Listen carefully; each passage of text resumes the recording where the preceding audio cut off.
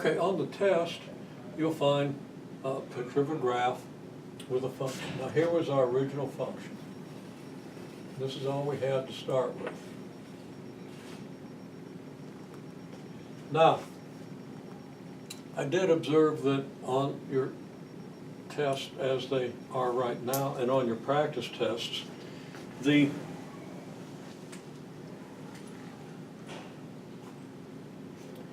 graphs are given without a marked scale. So you're free to mark your own scale on a graph. Okay, so you can mark your own scale.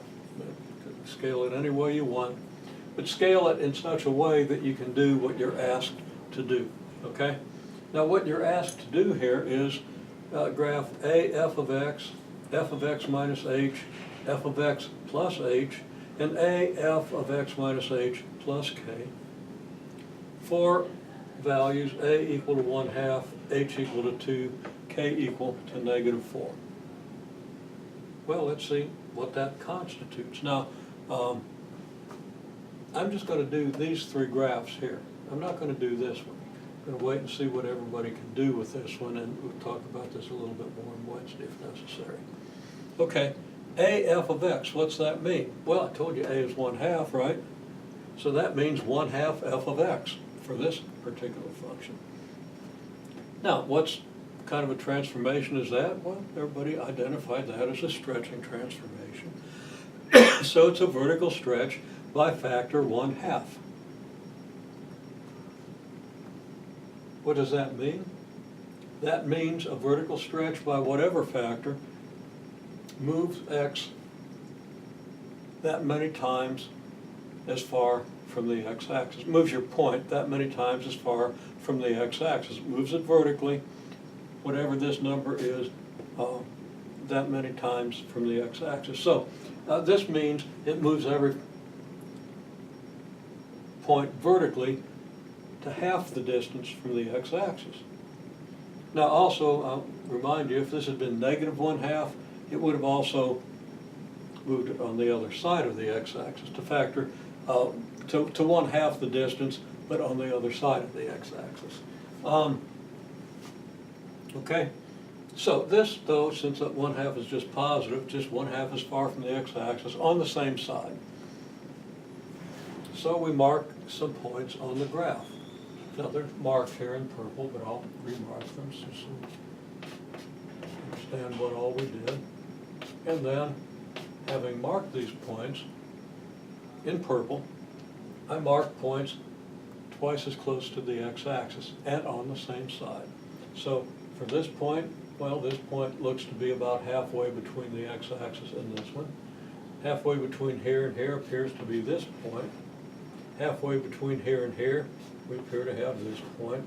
And then, similarly for the other marked points, we get this series of points, which gives us the graph of 1/2 f of x. Now I did a dotted line. I'll go ahead and do a purple, or a dotted curve. I'll go ahead and do a purple curve. Okay? Every point moves twice as close to the x-axis. Now some points move further than others because some points are further from the x-axis than others. So they're going to move further than the points that are closer to the x-axis. And it should be clear why that is. Then we did the f of x minus h. H was equal to 2, so f of x minus h would be f of x minus 2. And we know then that if we replace x by x minus 2, every point on the original graph is going to move 2 units in the horizontal direction, plus 2. And this is simply because to get the same value, x is going to have to be 2 units bigger. If we're doing f of x minus 2, x is going to have to be 2 units bigger. So every point is going to move 2 units to the right. And then we said, okay, here's 2 units. So I'm going to put an arrow like this on every one of these marked points. And I got this, and this, and this, and this, and this, and this, and this. So I got these points here at the ends of these arrows. Connected them with a smooth curve, and that curve ends up having if it's done with absolute correctness, it's going to have exactly the shape of this graph. Now I kind of messed it up there at the end, but you see, it pretty much looks like a copy of this graph moved 2 units over. Then finally, and we've got to find a piece of green chalk, then finally we applied the f of x plus k transformation with k equal to -4. Okay, well, f of x plus -4 means f of x minus 4. Every value of f of x will decrease by 4 units, moving every point 4 units lower. So we just did that. We just take all these points, and this arrow presumably has length 4, and I think that works out relatively well with the scale I chose to mark. And then we get this, which looks just like this, but it's 4 units lower. Okay. Now then somebody said, okay, well, now if we're going to do all of this, we start with a stretch, and that is correct.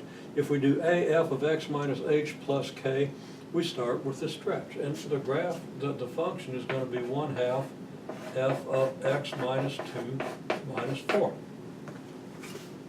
Okay, we always start with the vertical stretch when we have a stretch, or if we would have a horizontal compression due to a factor on x, which we aren't talking about. We do stretches and compressions first. So the stretch is 1/2, so we will immediately take this graph and make the purple graph, okay? I'm actually going to sketch the mess that occurs, so if you like the picture I have here, look at it now, come back and look at it, but it's going to get kind of messed up. Okay, so what's going to happen is the purple graph, I'll tell you what I'm not going to do. It's just going to be too confusing. I'll point it out. On the purple graph, you then take every point and move it 2 units to the right, and you'll have the graph of 1/2 f of x minus 2. And then you take every point and move it 4 units lower, and you have then this graph. So you create the purple graph, which has the same overall type of shape as the white graph, but not as extreme, because every point is moved twice as close to the x-axis. So your peaks and valleys are separated by only half as much. And then you just shift this way and shift this way. So it's like you take a red arrow on each of these purple points, move it over that far, and then move it down 4 units. Okay? And so this graph will have been shifted over 2 units and down 4. Okay, there's a question about average rate of change. We want to talk about that. It's an important idea.